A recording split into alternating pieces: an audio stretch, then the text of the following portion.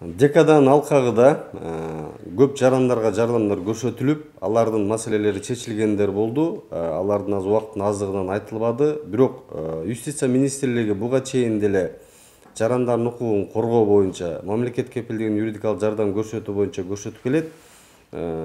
Сиздерге жанагы орус блогери Даванын кайрылуусу боюнчагы материал боюнча дагы Юстиция министрлиги буга чейин биздин пресс кызматыбыз жазган. Юстиция министрлиги бул ишти кароого алды деп. Ал боюнча Жаран Арзиева боюнча Адыгулов Жээнбек деген биздин адвокат дайындалган.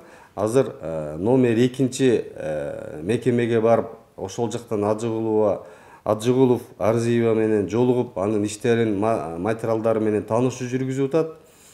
Арзиева бүгүнкү күндө Степной айылындагы номер 2 абакта жатат. Абакка жаткан күнү 17-июнь 2020 жылдан эсептелет.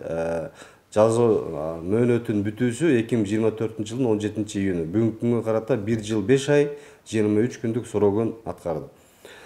Бул жерде аткаруу мекемесинде ошол 2 аткаруу баракчасы бар. Мен алардын суммаларын айтпай эле коеюн ал жердеги.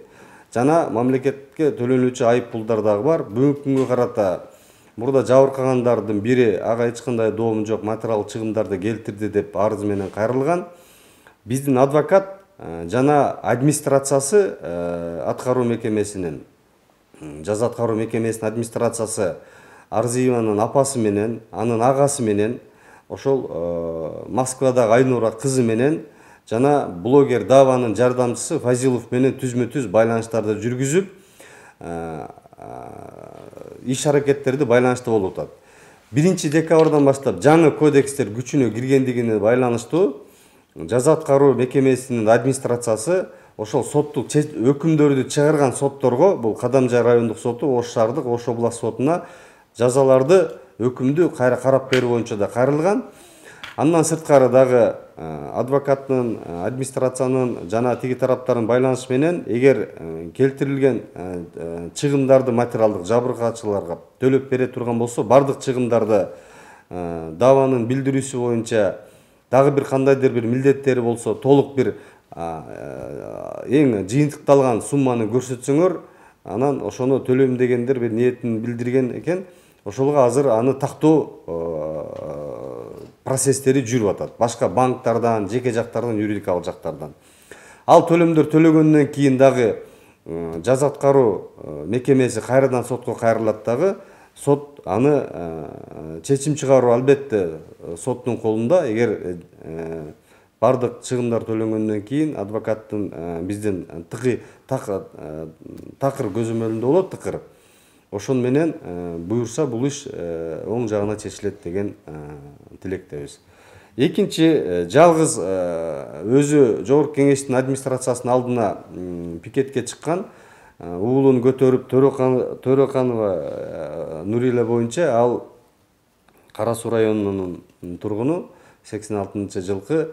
Ал Ош мамлекет кепилдеген юридикалык жардамдын межрегионалдык башкармалыгы тарабынан адвокат берилди, Жорокулов Максат деген.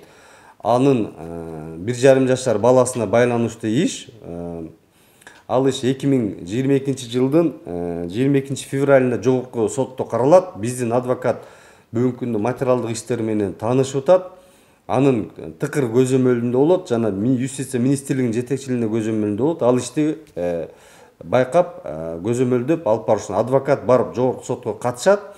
Андан сырткары күч колдонуу боюнча дагы Кара Суу райондук ички иштер башкармалыгына арыз менен кайрылышты адвокаттар. Жана анын укугун коргоого алуу боюнча адвокат иш алып барып атат. Мындан сырткары дагы Юстиция министрлиги бул коомдук социалдык тармактарга же башка жакка чыкпаган жарандар боюнча деле жардамдарды көрсөтүп келет. Ал Ак Жол Сабуруштагы жана санын белгилегендей жылына 12 миң, 14 миң жаранга чейин келет. Көпчүлүк жарандардын аттарын атууга, аларды чыгарууга, бардыгын эле чыгарууга болбойт. Бирок ушул коомчулукка чыгып калган маалыматтарды Юстиция министрлигинин жетекчилиги биз буга чейин ал боюнча жазгандыктан биз мына журналисттердин суроосуна сиздерге маалымат берип кетели дедик. Бул иштер боюнча адвокаттар дайындалынып, администрация аткаруу жазасы тарабынан дагы иштер кодекстерине киргенди байланыштуу кирип атат, арзия боюнча да. Анын кызы менен дагы блогер Дава мырзанын жардамчысы менен дагы биздин адвокаттар байланышып иштеп атышат.